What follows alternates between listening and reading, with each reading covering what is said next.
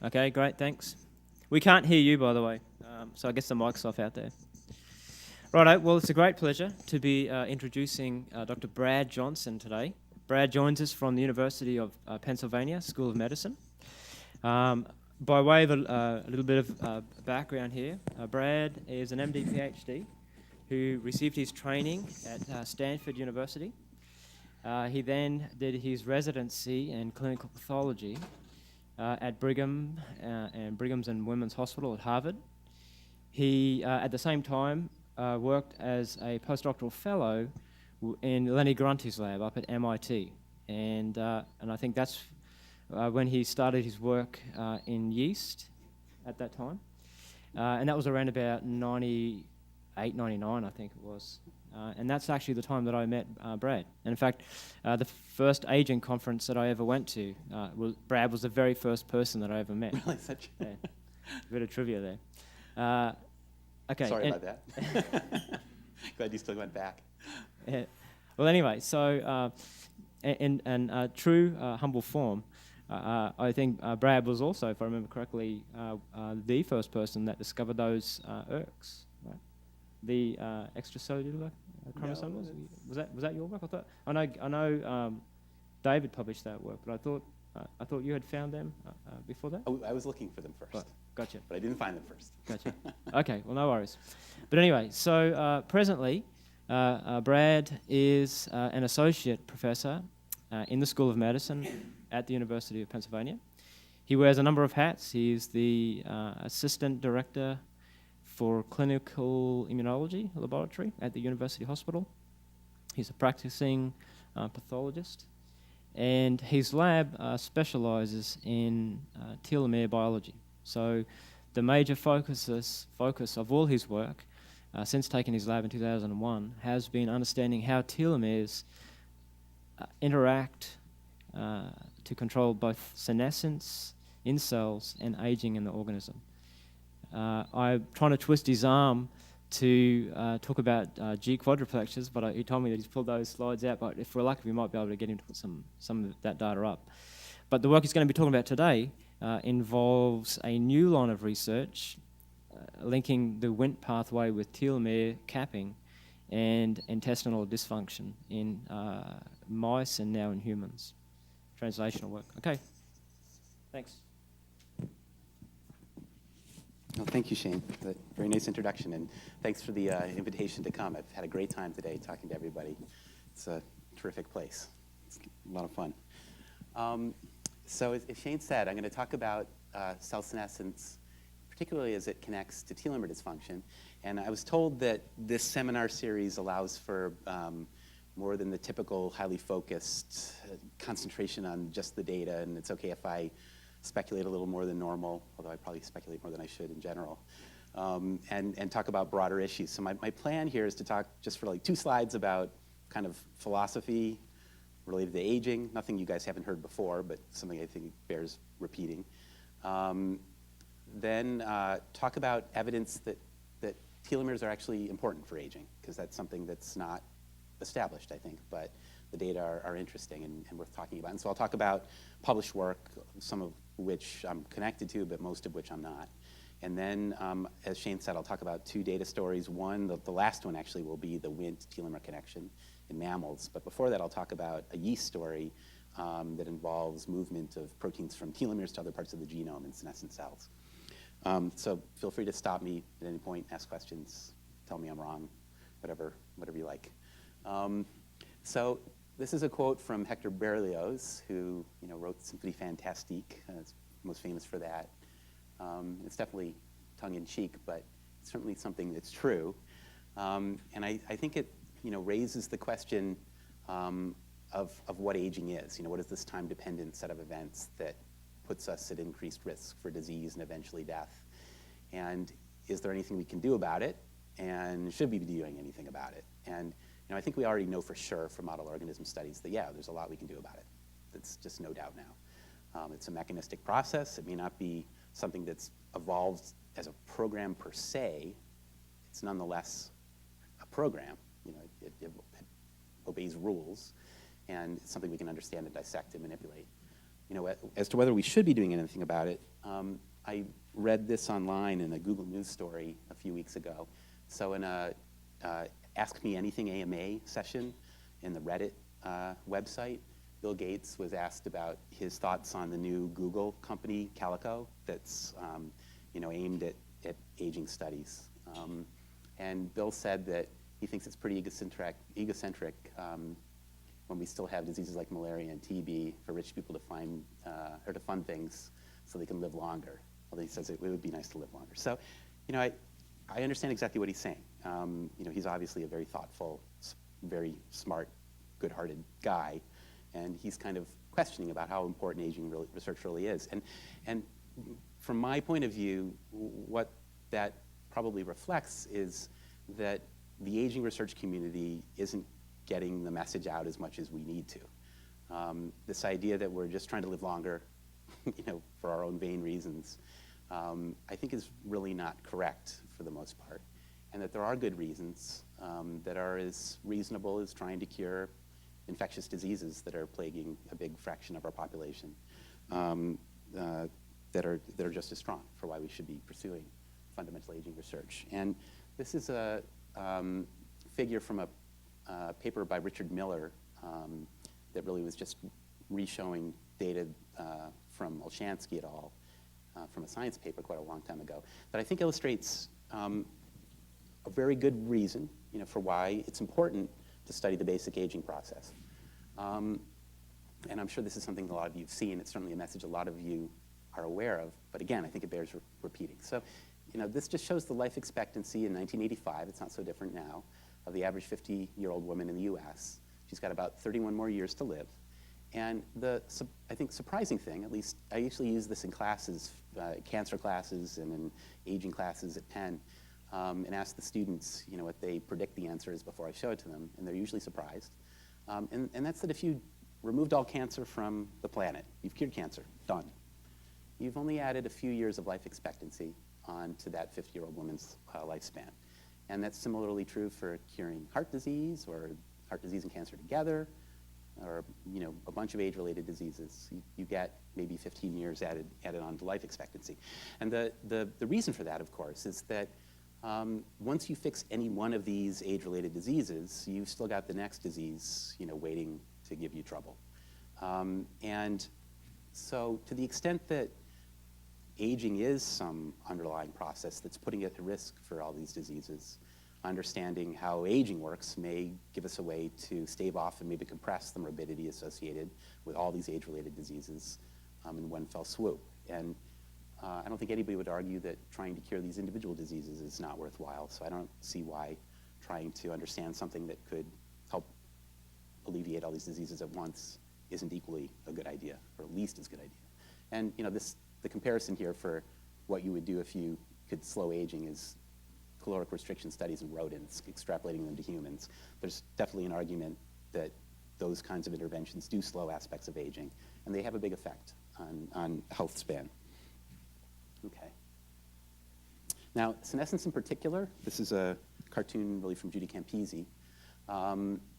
What is senescence? So basically, senescence is where cells that are happy and non-senescent are exposed to stresses that overall seem to be putting them at risk for becoming cancerous. And the senescence program, in one way or another, responds to those stresses and alters the behavior of the cells, which have now become what we call senescent.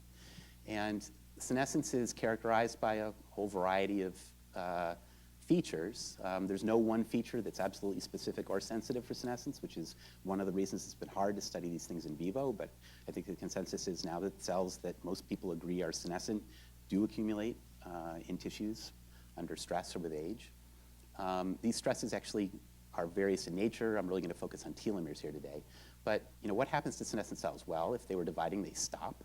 And that seems to be one reason why the senescence program is a potent anti-cancer mechanism, and it's pretty clear that it is.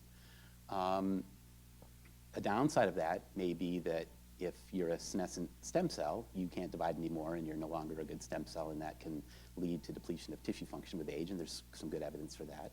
For example, Ned Sharpless's data where he's knocked out P16 and extended the stem cell potential in the bone marrow and in pancreas, et cetera.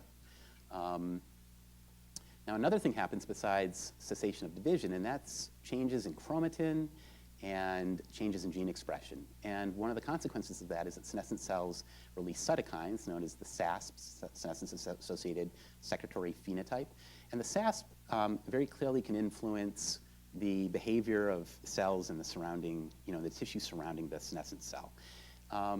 And they can have good effects on tissue repair, but these can also paradoxically drive the formation of tumors in surrounding cells and perhaps drive aging-related pathology. I mean, we have from Jan van Derzen's work, for example, I'm sure you're all aware that in a mouse model with the premature accumulation of senescent cells, the BABAR1 mutant mouse, if you would intentionally delete cells that are P16 positive and thereby presumably senescent, you can alleviate some of the pathology. So that's good evidence that in that context, removing senescent cells is a good thing. We don't know that that's true in naturally aged mice yet or humans, but the evidence is really accumulating that senescent cells can contribute to age-related pathologies. Now, what about telomeres in particular? So first of all, of course, telomeres are the structures that are at the ends of chromosomes. In all vertebrates, they have this TTA-GGG repeat thousands of times, typically. And telomeres perform a function that together, or functions that are together known as capping. And basically, telomeres prevent the ends of linear DNA in these chromosomes from being chewed up by exonucleases, from being recognized as double-strand breaks and activating checkpoint response pathways, at least full activation like you would get if you made a break in the middle of the genome.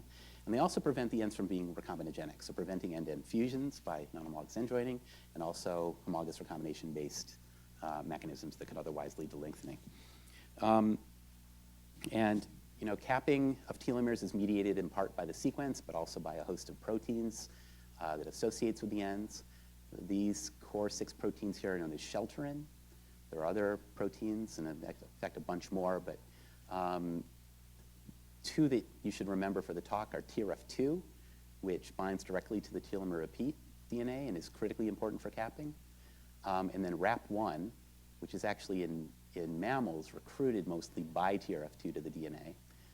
In yeast, which I'll tell you about, the RAP1 ortholog is a little different. It's able to bind to DNA itself very tightly. It binds to the telomere repeat DNA and recruits other proteins to the telomere.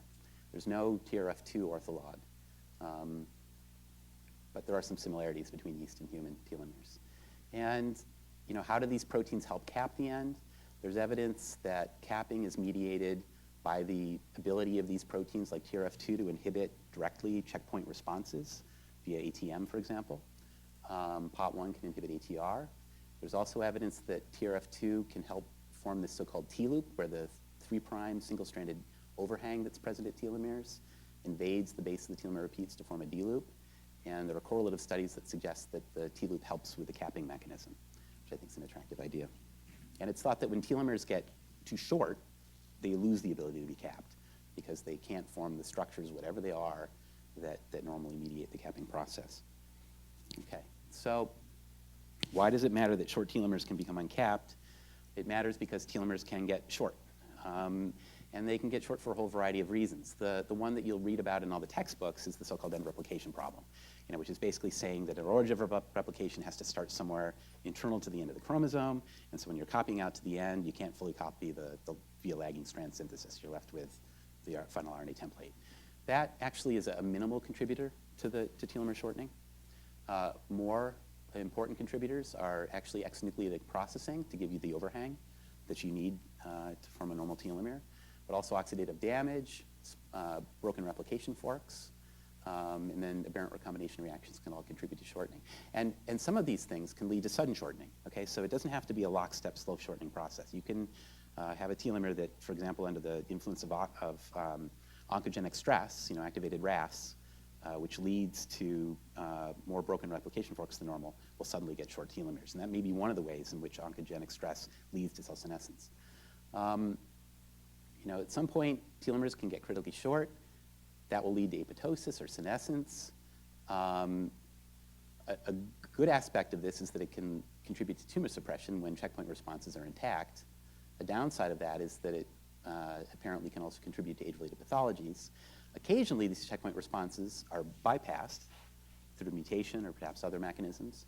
And then telomeres can continue to shorten to the point where they become fusogenic. This can lead to dicentric chromosomes that lead to genome instability and actually can drive the cancer process. So overall, I'm not showing numbers here because we don't actually have numbers where we'd really like them in cells that are on their way to form cancer. But I think there's good evidence that overall telomere shortening in humans has a net anti-cancer function. And yet, the rare cells that break through these barriers can use telomere dysfunction to help drive cancer progression. Now, there's, of course, an enzyme, telomerase, that can slow or reverse shortening. At its core, it's composed of TERT, catalytic subunit, TERK, the RNA template that it carries along to synthesize or to code for the repeats, and then DKC1, which you should remember for the last part of the talk. There are also a host of accessory factors that help it do its job. But one of the important things in humans about telomerase is that it's not expressed at high levels in many of our cells. And so telomeres do shorten with age, for sure, in many of our cells. Okay. Now, I apologize for all the words in this slide. It's the only one I have like it. But this is sort of the arguments that telomeres are connected to human aging in one way or another. Okay? And I'll go through some of the actual data. But we basically know telomeres get shorter with age. We know in cultured cells, telomere shortening can cause the cells to senesce because we can bypass senescence by putting in telomerase. We know in vivo, in humans, that short telomeres are associated with sites of pathology, like atherosclerotic plaques. We know that there are just a huge, long list of epidemiologic studies that have shown that people who have short telomeres, typically in peripheral blood leukocytes, because those are easy to measure, are more likely to have all sorts of age-related pathologies than those who have longer telomeres. So there's a correlation there. But we don't know that the short telomeres are causing the pathology. It could just be that people who are susceptible to stress or encountering more stress get more damage in general. That leads to shorter telomeres, and it leads to the pathology in parallel, not in a causal fashion. Now, on the other hand, there are some more recent studies, and I'll show you one or two, that have done GWAS kinds of approaches to find polymorphisms in genes that affect telomere length. Okay? So these are things that are making telomeres long or making them short. And the interesting thing is that the SNPs that are associated with long telomeres are also associated with less age-related disease. Okay, so there you can argue for causality. The long telomere gave you the protection from the disease. Okay. There's evidence that telomere length is heritable along with longevity. There are premature aging diseases like Werner's syndrome that have shorter telomeres. There are people who have less telomerase. Dyskeratosis congenita is the main disease there, who suffer from some age-related phenotypes. And I'll talk about that more later. And then actually studies on baboons from your primate study from John Sedevy's lab at Brown have shown that cells with uncapped telomeres do accumulate with age, and a decent number of these cells in the dermis have uncapped telomeres in the older baboons.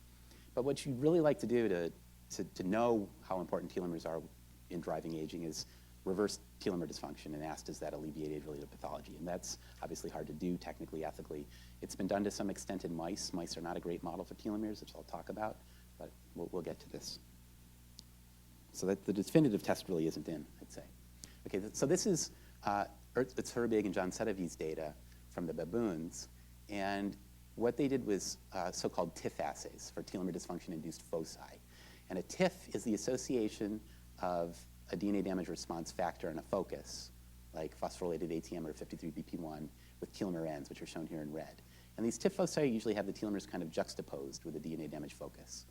And they counted these in the dermis of aging baboons, and they go up exponentially with age, and again, get up to maybe 15% or 20% or so of the nuclei having these TIFFs and other signs of cell senescence. So that's a substantial number, especially if senescent cells can have these field effects through the SASP on neighboring cells. I think you can imagine that would be of consequence. This is a study from Gil Atzmon at Einstein, where he surveyed telomere length versus age in cross-sectional cohorts. So first look at the guys in blue. So these are unrelated individuals, and basically with age up to the age of, what is that? Basically into the mid-80s, telomere length is getting shorter with age, which is something lots of people have seen. And then people who are at more advanced ages, 85 to 95, 95 to 105, actually have longer telomeres. These are highly selected individuals. I mean, it's 1 in 10,000 people that make it out to centenarians. So these are very rare people. And one interpretation is that you're now looking at a survivor effect. So people who have longer telomeres can make it out to this point. Not that telomeres get longer as you get older. But again, these are cross-sectional, so we don't really know. But then a really interesting thing is that the offspring of centenarians, in red here, have longer telomeres than their age-matched unrelated controls. Okay? So there's a correlation between having longer telomere length and actually having a longer lifespan and longer health span, because it's well known that the offspring of centenarians do better than people on average. Argues for potential causality. Now, getting back to kind of the standard approach, is just people with shorter telomeres here have more age-related diseases. But again, that doesn't argue for causality. This starts to argue at causality. They were able to find a SNP in the TERT promoter that was associated with telomeres and was also associated with less pathology, arguing, again, for causality. And a more extended version of that sort of approach was published by Nilesh Samani's lab about a year and a half ago. Not 2 years ago now. It's 2 years ago. And I thought this was really interesting. So they just started by asking, what are the SNPs in the genome that are correlated with longer telomeres? And the answer are these 7 genes. And it turns out that 5 of them, TERK, TERT, NAF1, OBFC1, ARTEL1, these are all in known telomere maintenance factors. Okay, so that makes sense mechanistically. And they then asked, how do these SNPs associate, in this case with with coronary artery disease, a major age-related disease in people. And basically, the SNPs that give you longer telomeres are associated with less coronary artery disease.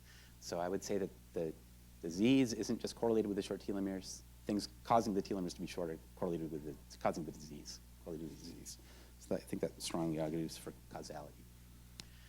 Okay, what about the mouse studies? An important thing to understand, it's really important to understand about mice versus humans with regard to telomeres, is that they're just not the same, okay?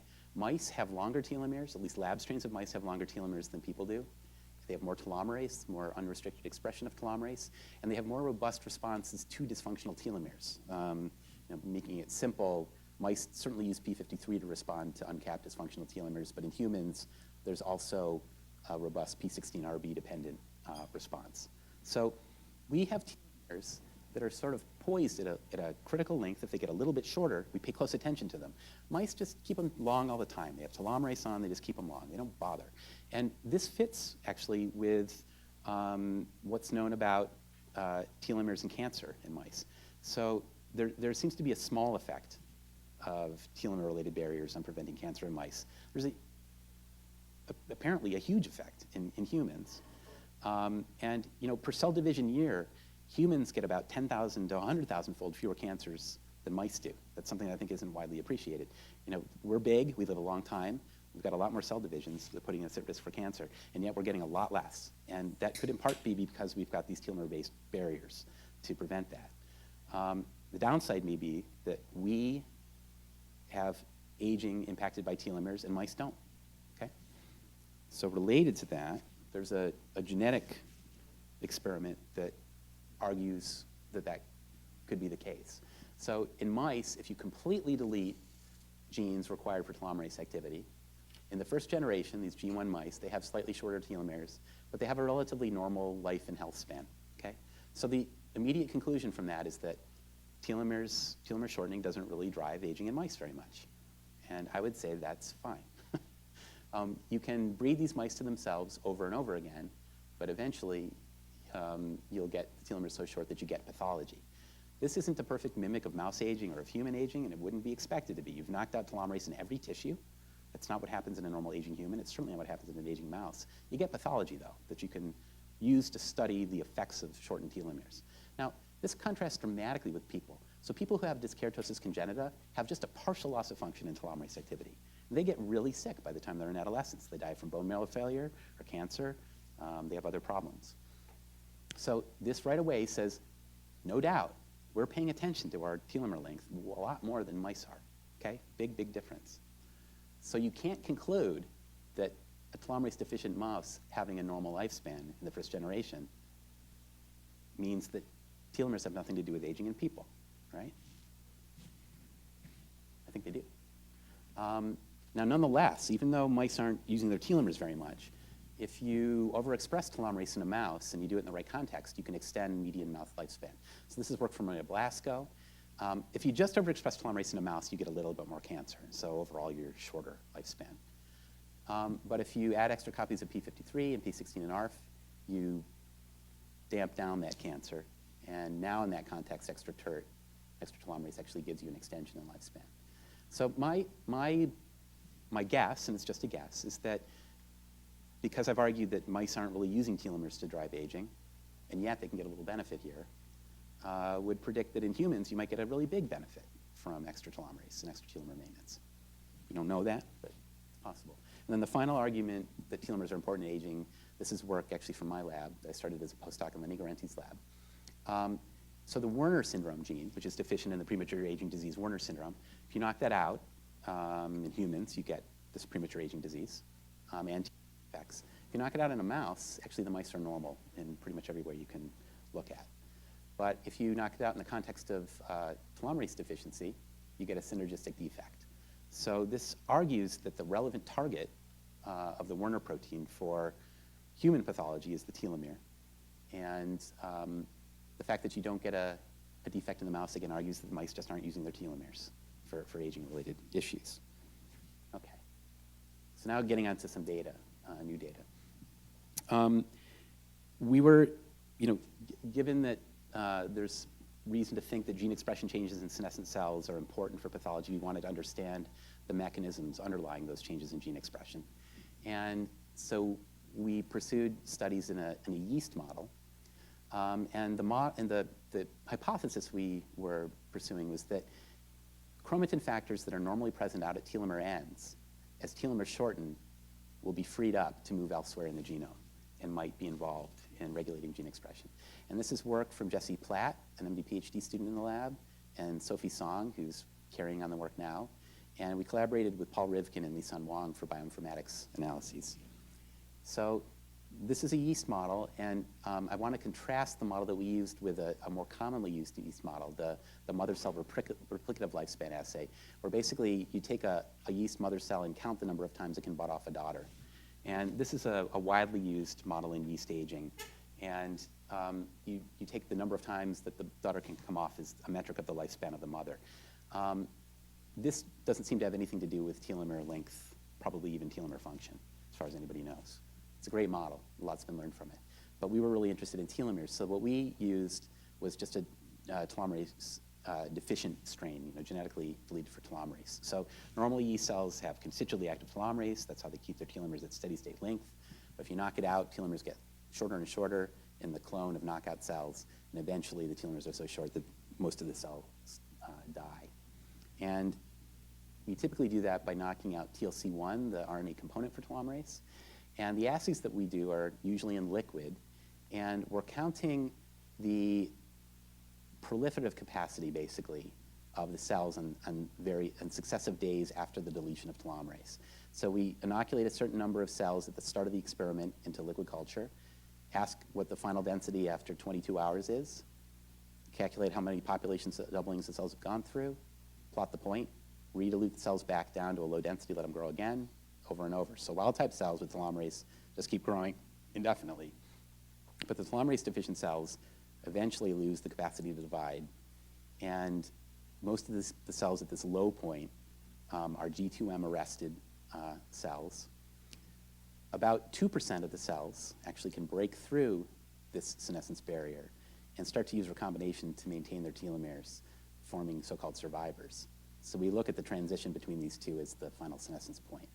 I won't talk about survivors today, but just wanted you to see what the assays look like in cartoon form at least, because I'm going to be showing you data from these kinds of assays.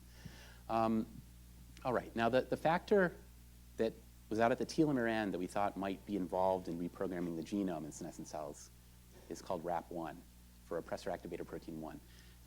And RAP1 has been known for a long time to act as an activator at many genes throughout the genome. It combines upstream of, say, for example, the glycolytic genes, and with cofactor co-activators turns on transcription. But it also, at the telomeres, has a silencer role, a repressor role. It does that by binding directly to the telomere repeat DNA itself and recruiting the SIR complex proteins. And RAP1 is actually a very tight DNA binder, which will become important. The KD for binding is as tight as 10 to the minus 11th molar, so 10 picomolar. And it does that with 2 tandem homeodomains that it uses to bind in a sequence-specific fashion. And in normal yeast cells, there's a lot of it out at the telomere ends, at the periphery of the nucleus. So this is a picture from Susan Gasser's lab showing RAP1 in spots out at the periphery with the telomeres. And I should say, nobody knows exactly how much RAP1 is there. It's at least 15% of the cellular pool. It's probably more. Kind of gets at that a little bit. So one of the first things we did was just a chromatin IP experiment where we hybridized the pulled-down DNA, or we pulled down RAP1 to tiling arrays. This is data from chromosome 7 in yeast, wild-type cells, senescent cells. And you can see that RAP1 peaks that are present in normal cells are actually a little bit bigger in the senescent cells. And then there are peaks that are areas that have no RAP1 bound in normal cells and have highly significant peaks at senescence. And it turns out there are hundreds of these new peaks. We call them NERTs for new RAP1 targets at senescence. And interestingly, if we look at the binding consensus in these normal peaks, we get the standard RAP1 binding consensus. But in these NERTs, there's a different consensus. And that's basically poly-T tracks. These are actually weak nucleosome destabilizing sequences, which will become important. So how is RAP1 getting to these new places? So one possibility is that there's just more RAP1 in the senescent cells, but we looked at that and RAP1 levels don't go up. Another possibility was that it's indeed coming from the telomere, but also the subtelomere. So this is why we don't know exactly how much RAP1 is out at the telomere region in total. We can count how many RAP1s are present bound to the telomere repeats, and that's about 15% of the cellular pool. But RAP1 is thought, by recruiting the SIR complex, to allow changes in the nucleosomal architecture of the subtelomere, which allows more binding of the SIR complex and internal recruitment of RAP1. It's kind of in reverse fashion here. And there's probably a fairly sizable pool of RAP1s in the subtelomere.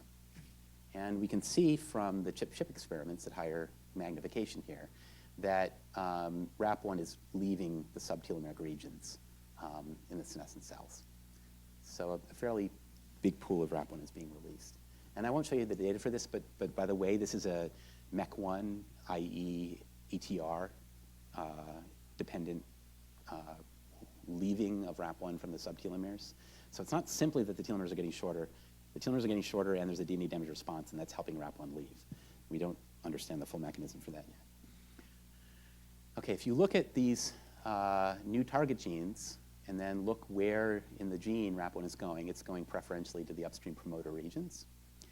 And it's significantly going to the promoters of genes that are upregulated in the senescent cells, okay?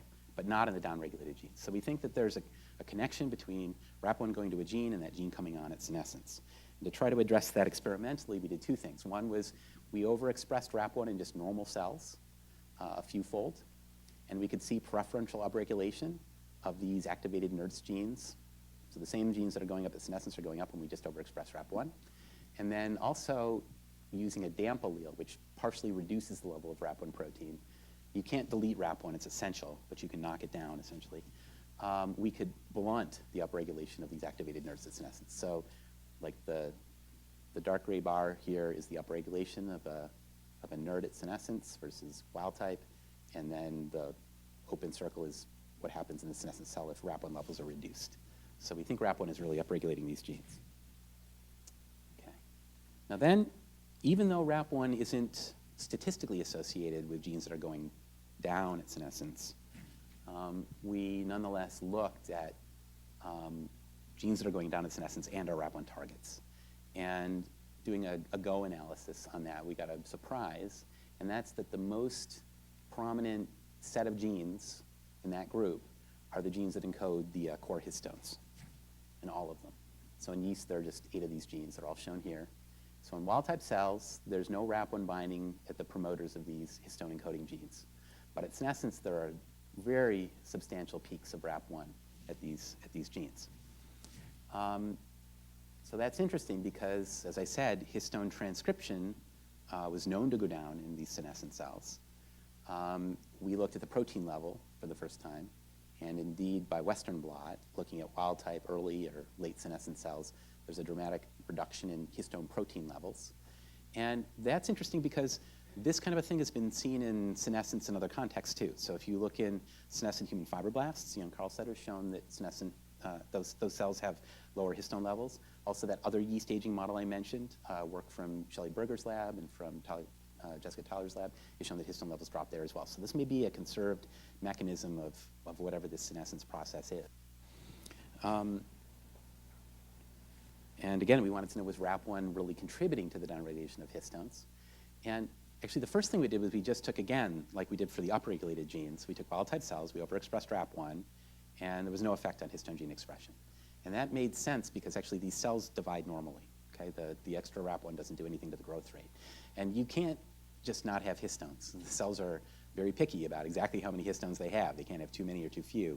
And so we thought, well, maybe the cells are compensating for whatever RAP1 might be doing to the transcription of the histones. They're bypassing in some way.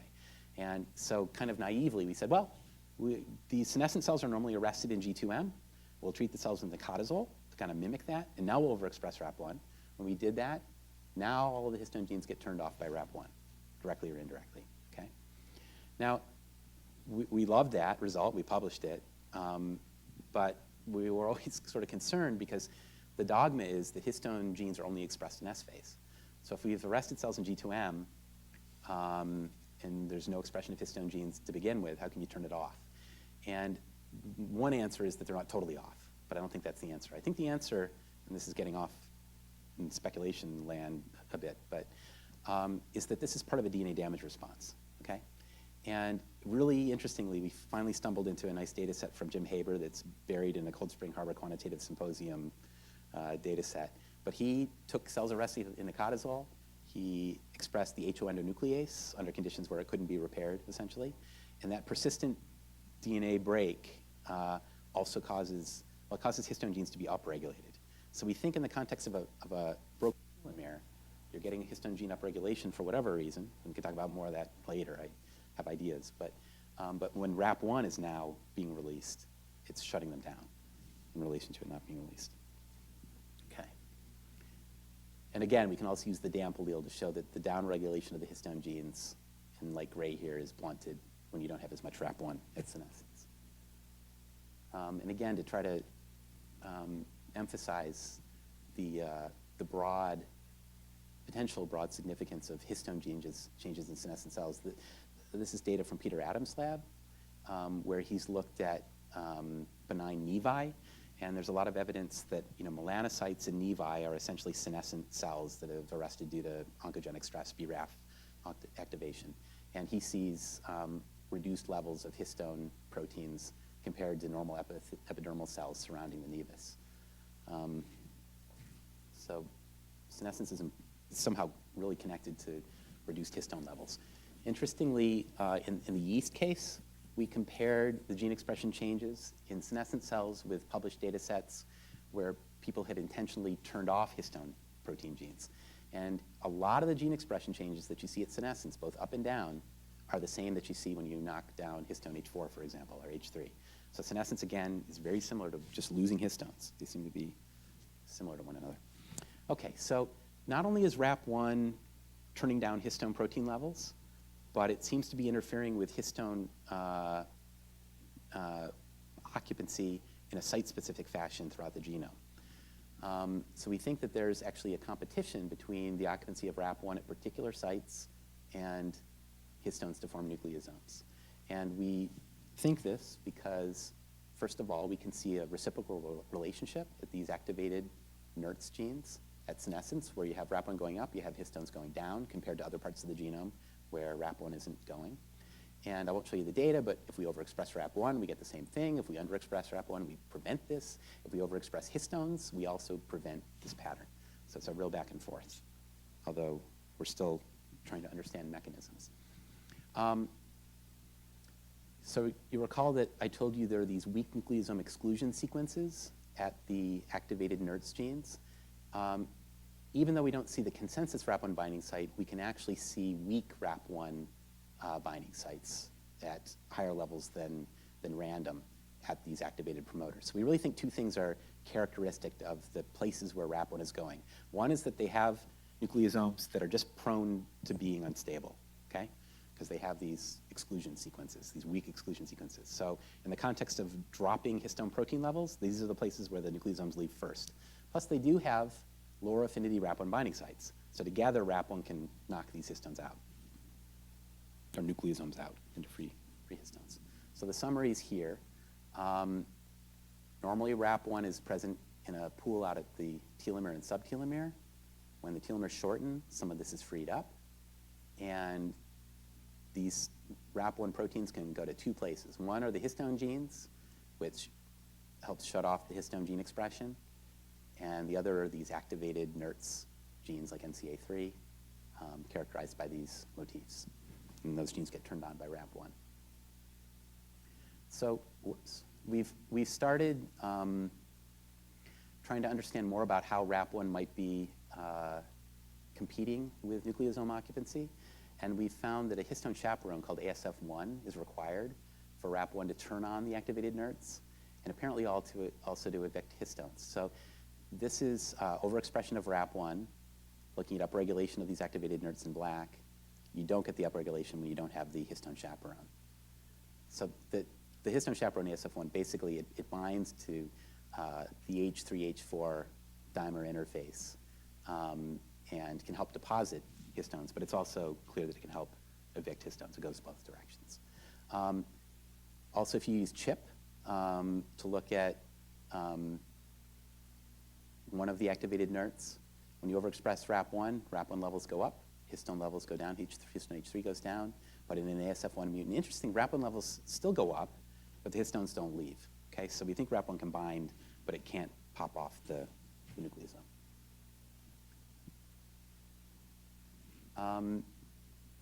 Now, ASF1 works in conjunction with different proteins in different subcomplexes. One is the CAF or CAT complex that allows histones to be deposited behind replication forks. These are so-called replication-dependent histone deposition events. It also works with the HERA complex to deposit histones and potentially evict histones in non-S phase cells. And we asked which subcomplex was important, and I think nicely the CAF-CAT guys aren't important. You still see regulation of activated NERTs genes when they're not around. But if you knock out the HERA complex, you no longer get activation. So that fits with the idea that this is happening in G2M arrested cells. It's in essence, cells arrest and replication-independent histone eviction mechanisms are at play.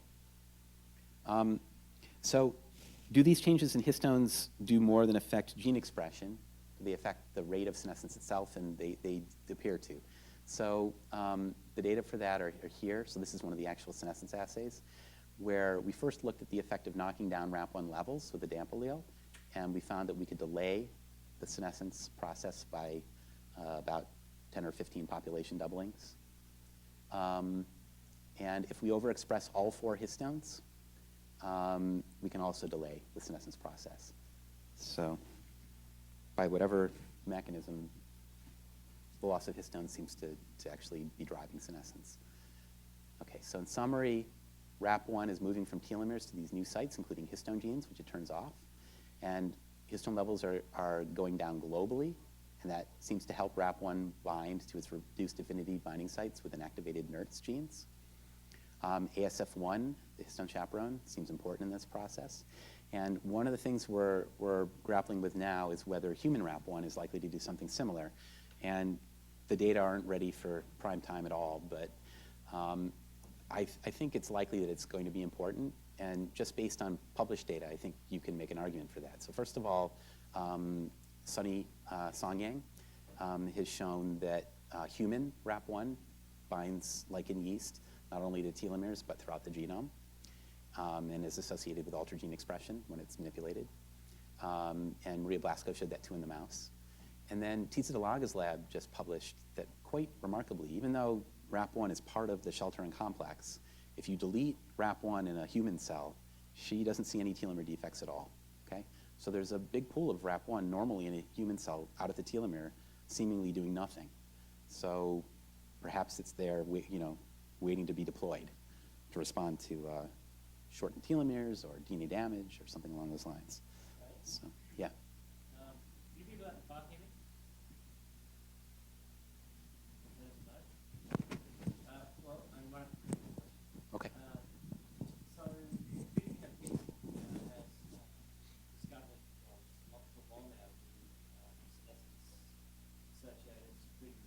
Mhm. Do they have these notes and sites in front of them?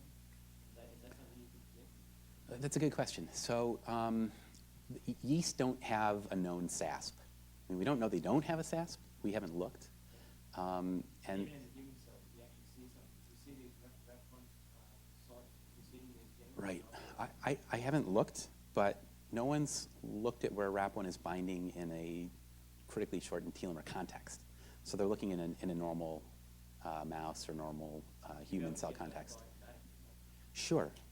But if what we're seeing in the yeast turns out to be true in the human or mammalian context, then we'd predict that the genes that are getting turned on in a RAP1-dependent fashion in the senescent cells are going to be new targets of RAP1. So we won't even find them in the original data sets. No, because you already have the genes in The SASP? Yeah, sure. Mm-hmm. So the prediction is the promoters of those genes Mm-hmm. remain in these sites. You should be able to. Do you mean like the poly-T tracks and the? Yes, exactly. Well, so those kinds of motifs aren't. Well, actually, poly-T tracks. I'm not aware of that being shown in mammals, but it wouldn't surprise me if it were true. So that's a great idea. I mean, we should look. But as for RAP1 consensus binding sites, though, we don't know anywhere near enough to be able to do that. So in the work from Xiaosong Yang and from Maria Blasco, where they looked in human and mouse cells at where RAP1's binding outside the telomere, most of those sites had telomere repeats in them. And so the presumption is that TRF2 is tethering RAP1 to those sites in the same way that it does the telomere repeat. But there are some sites that don't. No motif was reported, although maybe there is one there. But again, we don't see, in the yeast context, the normal RAP1 motif in these activated nerds. We see kind of a degenerate version of it. So conceptually, it's a great. We don't see the normal RAP1 consensus in the new target sites. Yeah, we see kind of we see a degenerate version of the RAP1 binding site. So, we could take the existing data sets, ask what's the consensus for RAP1, and yeah, it's a good idea. Yeah, it's a great idea. Okay, so the next story is in mice and then in human cultured cells. And the question is, is there more than one way to fix a broken telomere, essentially? So, obviously, if you can just express telomerase, we know you can re-lengthen telomeres. And that's one way to try to fix dysfunction related to telomere shortening.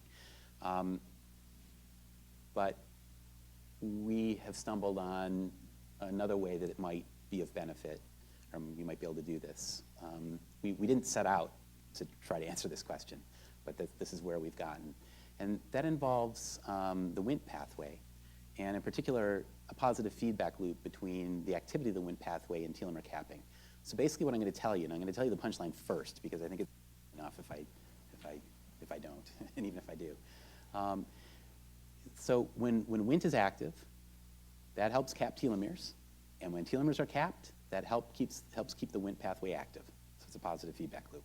So conversely, if telomeres start to uncap, that starts to compromise the activity of the Wnt pathway, which in turn makes the telomeres more uncapped, right? So it works both ways. It's kind of like a switch. You're either capped and active, or you're uncapped and unactive. Okay, so how did we get here? This is work from Tinglin Yang, an MD PhD student in my lab, and Shijin Chen, who's a research specialist. And we were looking for a bunch of reasons just in the GI tract of telomerase deficient mice. This is one of the tissues where the pathology in these late generation mice with short telomeres is most pronounced. And what you see is a loss of villi, a lot of inflammation, a lot of apoptosis in the crypts, and even erosions in the epithelium. And these are mice lacking the RNA component of the enzyme. Now, at some point, we were interested in asking how stem cell biology and the intestine was impacted by the critically short telomeres. And a lot of markers for intestinal stem cells have become available in the last few years. And a lot's been learned about the different kinds of stem cells in the crypts of intestines. In really simplified form, there are two kinds of stem cells, at least. So one are these so-called +4 label retaining cells. These are the classically defined stem cells where if you feed mice BRDU for a long time and then wash it out and ask what are the cells that keep the BRDU that you put into them over that long pulse because they're not dividing very much, these are those cells. Okay, so these are BMI1 positive. It's quite clear that these are capable of giving rise to all the lineages in an intestinal epithelium, and they don't divide much. Now, there's another kind of stem cell, so-called crypt-based columnar cells, and the Cleaver's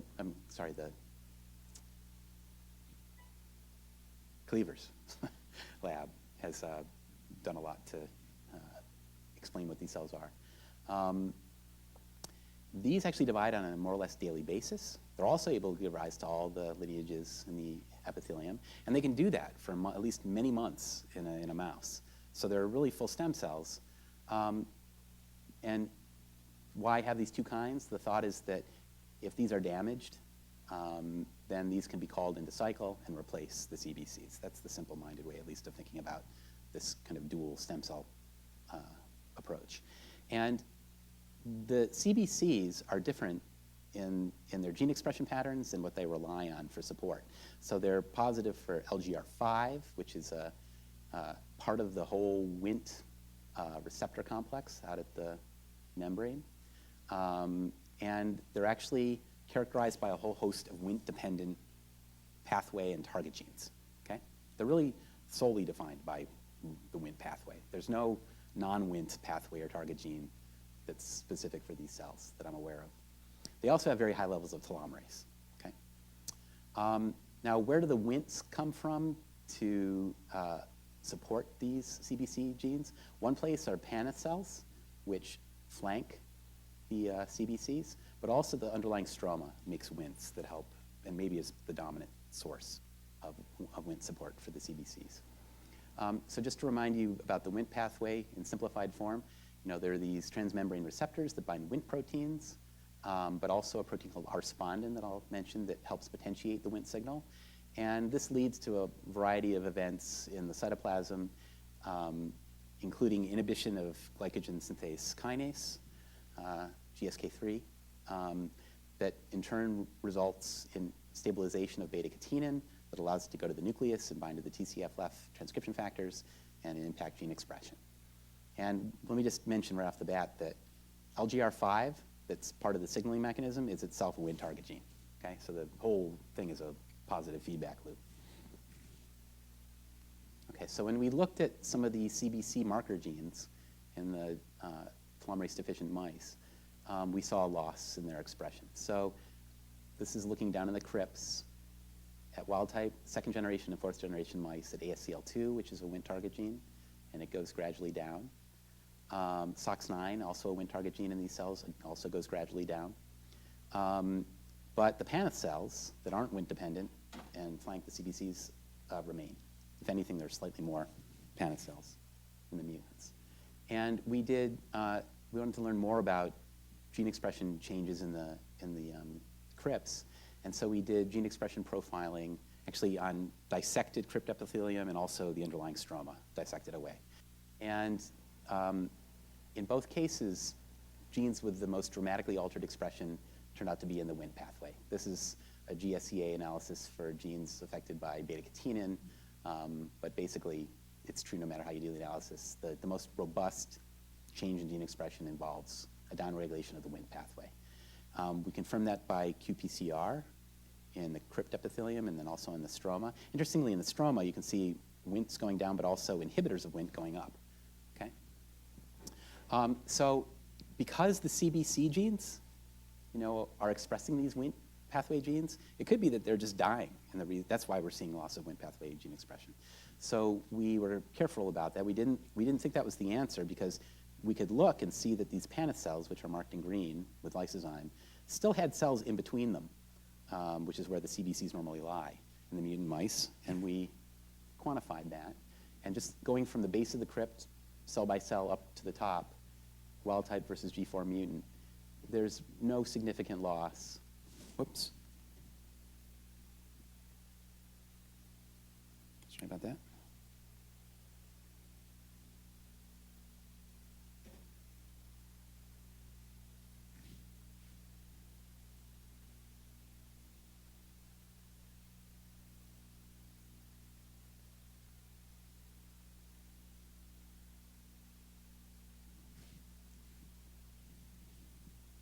In the cells that are negative for lysozyme, okay? And this contrasts actually with a paper that was just published from Leonard Rudolph's lab, where they showed that high levels of gamma radiation actually do selectively kill the CBCs.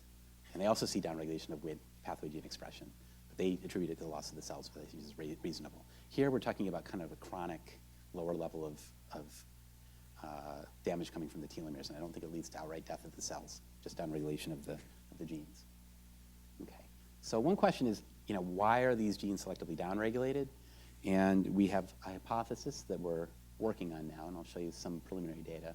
But we think it may be related to p53, which is very clearly activated by uncapped telomeres. And you can show, for example, that loss of OLF4, another Wnt target gene, although an indirect Wnt target gene, that its loss in these mutant mice, and this is actually data from Leonard Rudolph's lab, is rescued when you get rid of p53. And in our mice, we certainly see p53 going up, at least based on p21 levels, going up at the RNA level. But we think that that's important for turning on a particular microRNA. So just looking in the literature, we noticed that miR34A had been linked to inhibition of expression of genes in the Wnt pathway by several groups. And then we did microarray analyses for microRNAs. And the most regulated microRNA in the crypt epithelium was miR34A, which we could also show with qPCR. And so that made us think this might be quite important. So basically, p53 would turn on miR34A, which could inhibit the expression of all these different Wnt pathway genes. So we invested in doing crosses in mice between telomerase knockout and miR34A. And basically, we're generating first-generation telomerase mutants that are heterozygous from miR34A. We cross them into themselves again and again and again until the fourth generation, where we keep the guys that are, all of them are deficient telomerase. Some have normal copies of miR34A, some have none, and some are hets. And if you look at the birth ratios, in the second and third generations, we get the expected ratios, but in the fourth, we get a skewing toward mice that don't have miR34A. So that argues that in the context of critically short telomeres, not having miR34A is a little bit better for getting born, at least. And we've done experiments in the gut as well. The first experiments we did, just to kind of sensitize the process, was using a cultured organoid system, which I'm going to talk more about in subsequent slides. So this is a really nice system that's been developed in the last few years by Ed Sato. And you can just dissect out intestinal epithelium and grow it in matrigel with various support factors. And they'll form these organoids that basically the lumen is in the inside and the crypts are poking on the outside, and the CBCs and Paneth cells are present at the base of the crypts where you'd expect them to be. And the organoids from the fourth generation telomerase deficient mice are very sick. They basically degenerate. But mice lacking both of these genes do much better. And gene expression of Wnt target genes, including LGR5, and then also TRF2, which gets ahead of me, but TRF2 in the Sheltron complex is a Wnt target gene, it turns out, are also rescued. And we're currently looking in the actual mouse epithelium to see if we see rescue.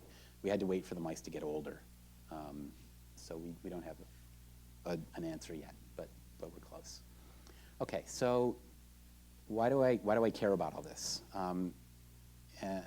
The real reason is that not only do you get this downregulation in the Wnt pathway when the telomeres are short, but if you activate the activity of the Wnt pathway, you can rescue some of these defects.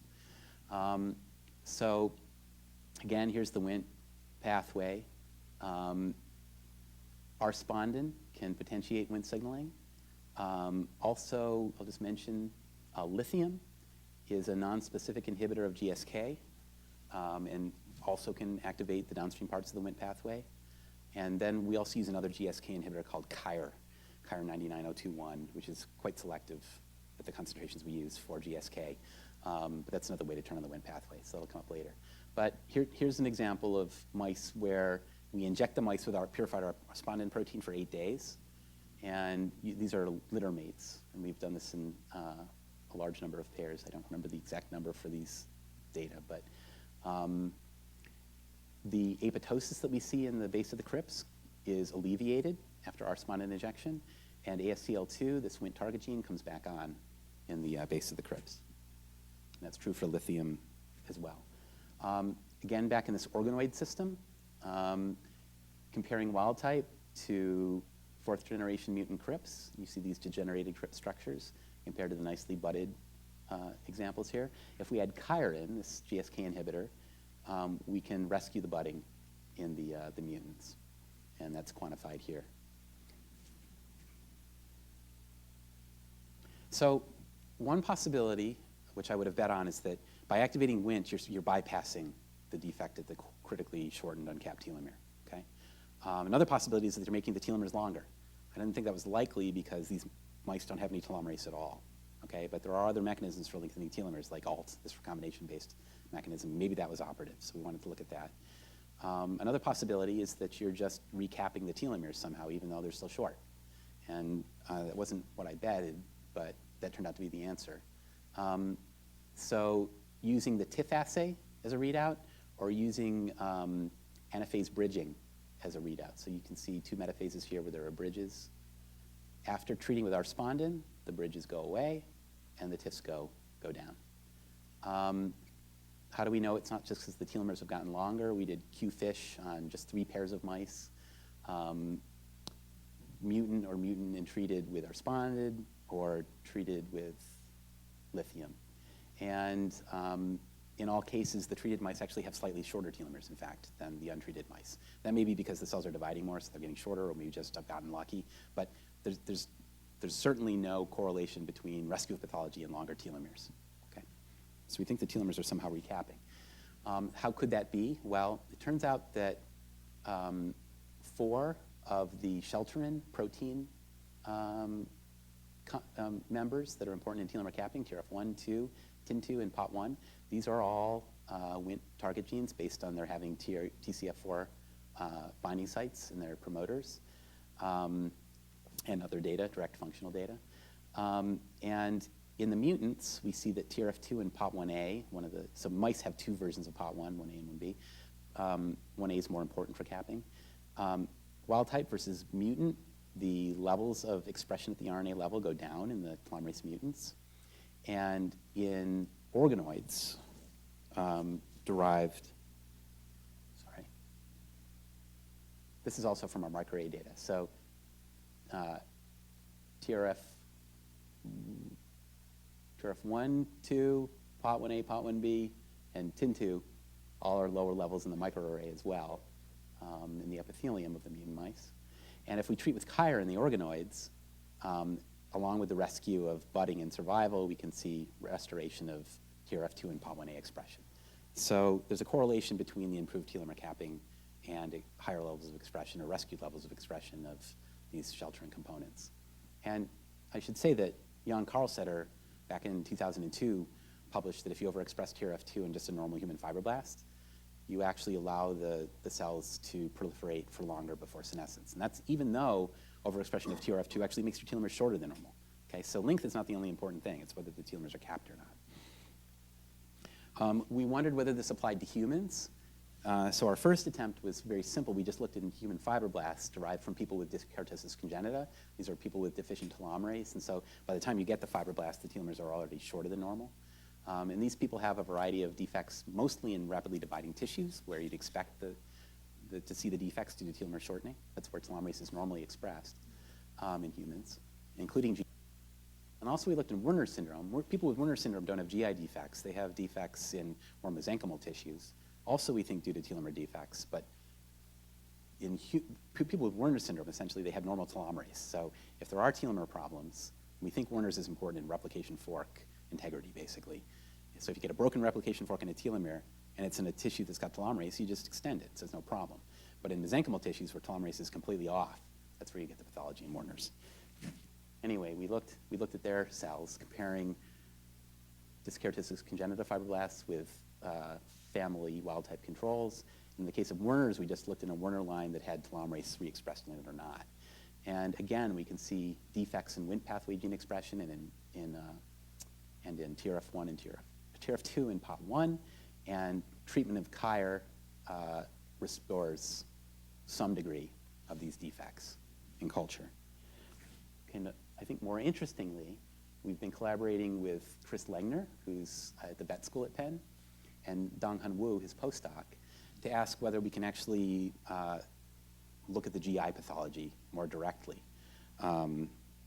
And so this is mostly Chris and Dong-Han's work. I want to be clear about that. So again, this is our story here, where Wnt and cap telomeres are in a positive feedback loop. We think Wnt helps cap telomeres via shelterin, and cap telomeres help keep Wnt on by keeping miR34A from coming on, although there could be other mechanisms as well. And I want to contrast it with other published stories that connect Wnt and telomere biology. So there are several papers that I think very nicely show that Wnt activity can help activate telomerase activity by upregulating expression of the TERT gene itself, right? That's in MYC and beta-catenin and KLF4-dependent pathways. It does that. There's also a story that suggests that Wnt may actually depend on TERT to turn on its target genes, because TERT is in a transcriptional complex with beta-catenin and other factors. This is much more controversial and I think unclear, okay? The very important point I want to make very strongly, because I can't seem to convince reviewers of this, is that our story is completely orthogonal to these stories, okay? So we're talking about mice that have short telomeres. We're not talking about the loss of TERT. Our mice actually have TERT. They lack the RNA component, TERK, and we only see the defects when the telomeres get short. These are things that are happening in real time, independent of telomere length. It's just Wnt turning on telomerase, telomerase being a part of the Wnt pathway, right? So these may or may not be true. It doesn't matter for what we're saying. But this part of it may matter a little bit in the human. Okay, so the fact that we can get rescue of defects in the human organoids via stimulation of Wnt pathway activity may in part be to do with upregulation of TERT. But the fact that overexpression of TRF2 can rescue short telomeres due to telomerase deficiency, I think argues that this mechanism is operating as well in the human case. Okay, so this is just a summary of what I just said. One of the things I think is interesting about this is that it argues that telomere capping can be influenced by non-cell autonomous factors, and that's new. That's not something that's been obvious. I don't think it's surprising, but so there may be many ways to do this. You may have uncapped telomeres only transiently, maybe after you get irradiated for a tumor or something, and you might want to manipulate pathways like this to recap your telomeres in particular places and for certain amounts of time. So it may be of benefit. Now what about whether this would be a benefit in people who have dyskeratosis congenita? In telomerase deficient mice, there's no telomerase at all. I'm guessing that we haven't tried this, but I'm guessing that if you simply augment Wnt signaling and you're bringing cells back into cycle because their telomeres are capped, there's no telomerase around, so the telomeres are going to continue to get short, and eventually you're going to lose that benefit. So it might be a very short-lived benefit. But humans who have dyskeratosis congenita still have a lot of telomerase. They just have less than they're supposed to have. So augmenting Wnt activity may be of more benefit, because you may be able to buy relatively more time. Plus, to the extent that activation of Wnt turns on telomerase, you're kind of getting at the core of the problem. So it may be a one-two punch to improve the situation. So I think this is worth thinking about in people who have this disease. Yeah. I'm trying to put this together in my mind with regard to proliferation and differentiation. So you have to remind me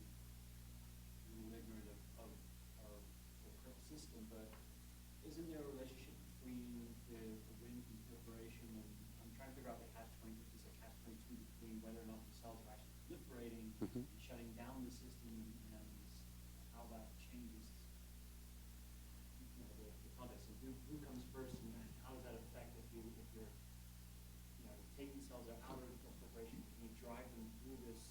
If you turn on proliferation, turn off B2B1, if you depend on B2B. No, yeah, I do. It's certainly true that Wnt is driving proliferation in the intestinal epithelium. So if you just give a wild-type mouse arspondin, you'll get longer villi and higher rates of proliferation. So then the longer villus, because it's faster division with not as much loss, so they get longer. But are you suggesting that you can explain all of the rescue just by getting more proliferation? That's what I'm wondering. Yeah. So, so the answer is no, but it's no in not a fantastic way. So we've actually done BRDU incorporation assays, and we actually don't get as much rescue with proliferation as we thought we should. That's in our supplemental data. And I don't know why. It surprises me. And I can't explain the rescue without the improved proliferation. But nonetheless, that's what we're seeing. But even if we had seen more proliferation, I don't think you could explain the improved telomere capping, for example. I think you would predict that you're driving proliferation despite your uncapped telomeres. You're just saying, damn the torpedoes and blasting ahead. But we somehow see that telomere function, it seems to be improved. So I don't think that's the mechanism. It's a good question, though.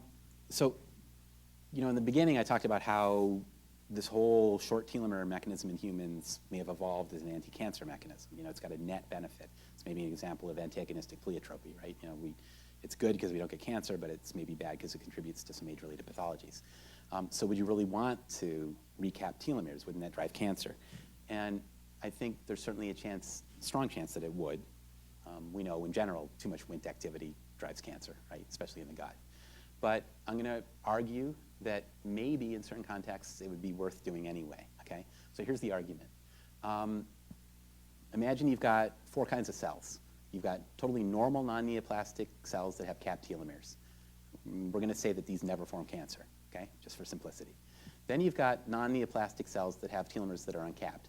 They're uncapped because they were hit by oxidative damage at their telomere. It's not their fault. There's nothing really wrong with them, but they have uncapped telomeres. Or maybe they're an old person who's just had their cells dividing for longer. Then you've got pre-neoplastic cells that have uncapped telomeres, but here the uncapped telomeres are happening in response to the cell being at risk for forming cancer. That's a good thing. The cell's not going to make it to cancer because of this mechanism most of the time. Then you have full cancer cells. So as I said, these guys don't form cancer. These 2 guys, because they have dysfunctional telomeres, most of the time they're going to die or senesce. They won't form cancer. But as I mentioned at the beginning, just having dysfunctional telomeres can put you at some risk for forming cancer in the first place. And either because you've got fusion events or because you've activated the SASP and that's having a cell non-autonomous effect that's driving cancer in neighboring cells. So mostly, but not never, they do form cancer. Okay, so in a young person, having this kind of a system might be good.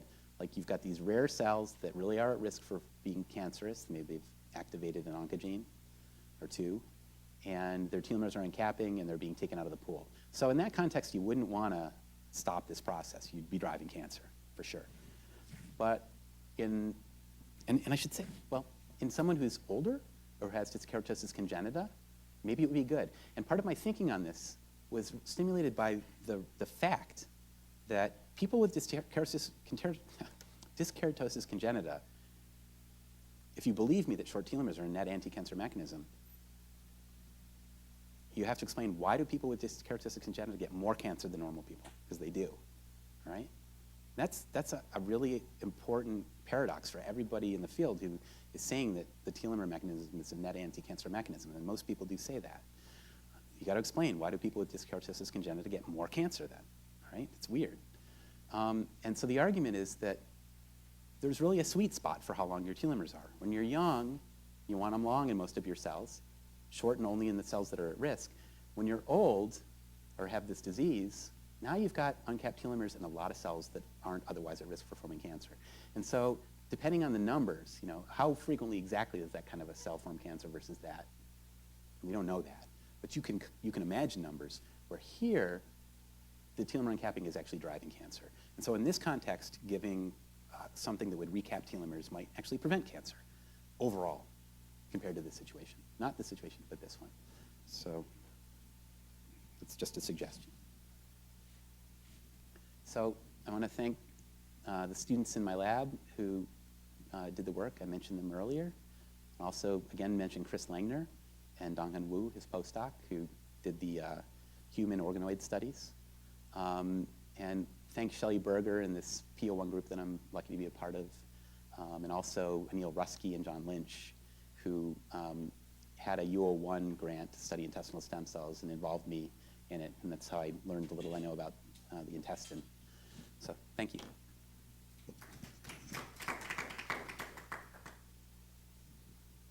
Yeah.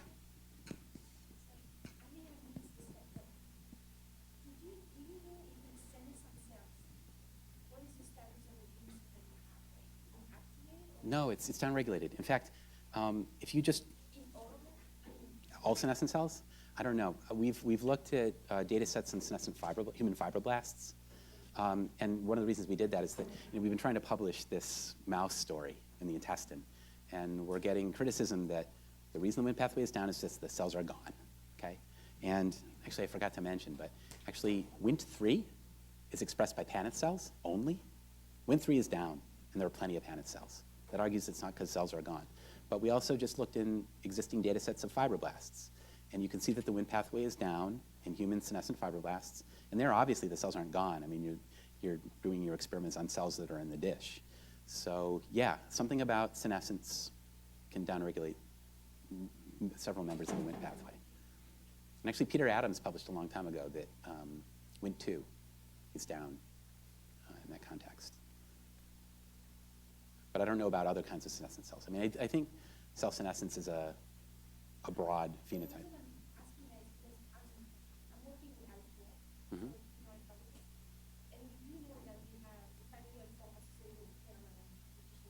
Mm-hmm.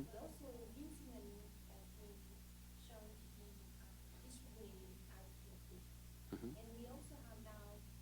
And you see more Wnt signaling, or okay.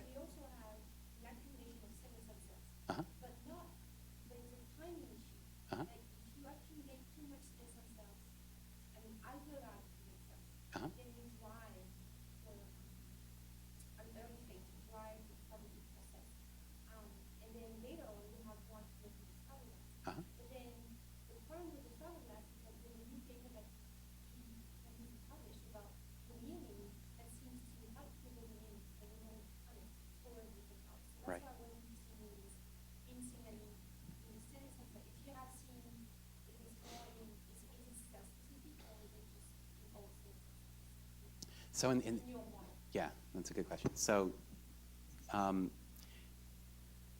one question for you first. When you say Wnt is up, is it up in the senescent alveolar cells? Or, I don't know. Okay. Okay.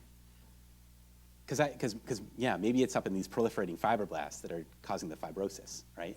Okay, so I'd predict that's the case, but it'll be interesting to see.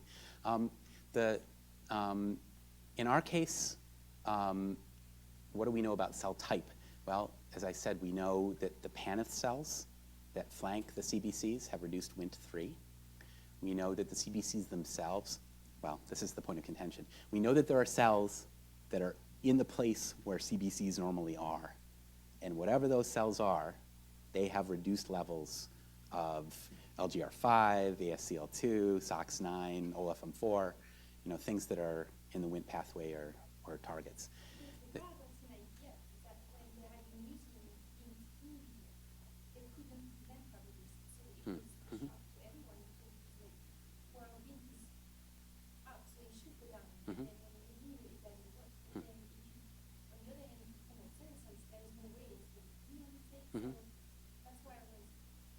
Well, so, yeah, so if the upregulation of Wnt isn't the problem, then it would explain, well,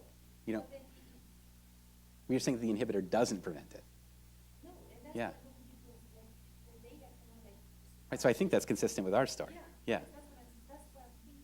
It actually makes sense because in the senescent cells, early on, the epithelial cells being broke down. Oh, it does. It does go down to the epithelial cells. Okay. Yeah. Yeah. I mean, honestly, this gets back to in the very beginning when I first learned that people with dyskeratosis congenita have pulmonary fibrosis. I was like, what the heck? That's a proliferation problem. You know, why would you get proliferation with dysfunctional telomeres? But yeah, so I mean, the core defect may be in the epithelial cells, obviously, and this is just a fibrotic response. So in your Uh-huh. We haven't looked carefully at all, but other people have. Mary Hermanos look nice a lot, and basically they get emphysema. They don't get fibrosis. They get loss of alveolar integrity. You know, the epithelium is essentially melting away. Okay, yeah, it may be. Yeah, but they don't get the fibrotic response. Yeah, that's really interesting. Brad, one quick question. So, have you guys got any idea how the cat telomeres trigger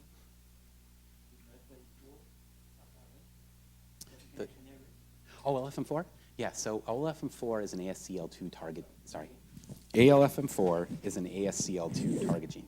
So ASCL2, oh, I'm sorry, MIR34.